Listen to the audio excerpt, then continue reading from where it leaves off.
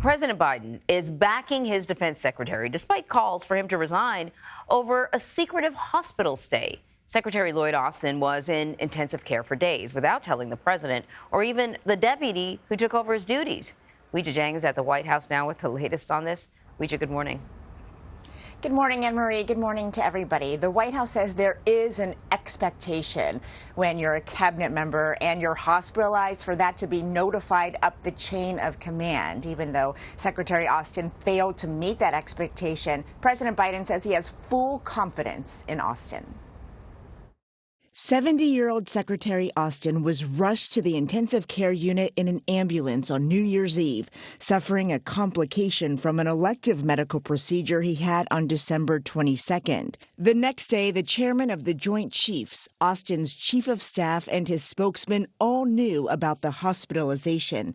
But no one told Austin's deputy, who had assumed his duties, the White House chief of staff or the national security advisor, until 2 days later, when President Biden was finally informed.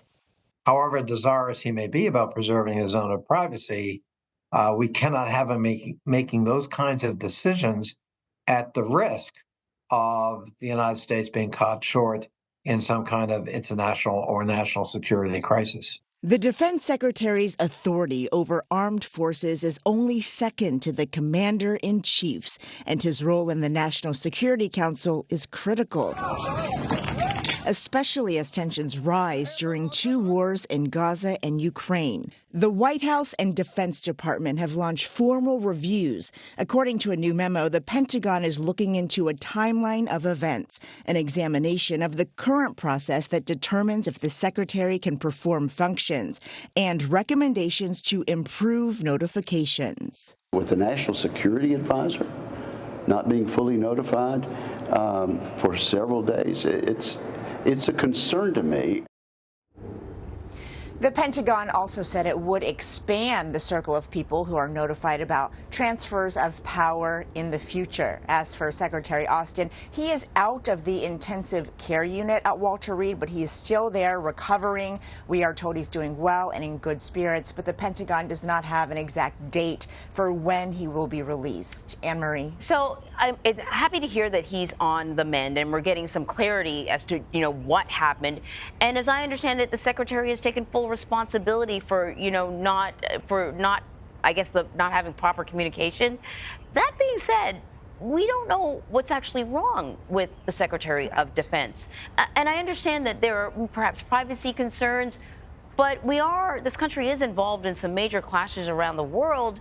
Has anyone sort of talked about the issue of transparency?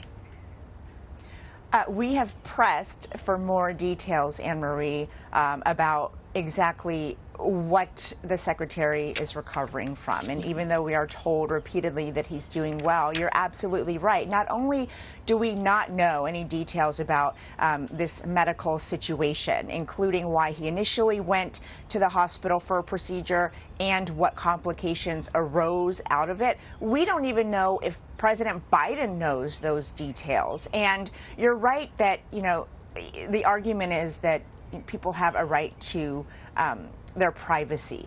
But we interviewed a member of the House Committee on Foreign Affairs, who you heard in our piece, actually a Democrat who represents Northern Virginia, where a lot of people from the Pentagon who work at the Pentagon live, and he is demanding a full hearing. He wants to hear from Austin, and he wants Austin to explain himself to the American public, and because he wants to know those details as well, to see just how this is impacting his ability to do the job.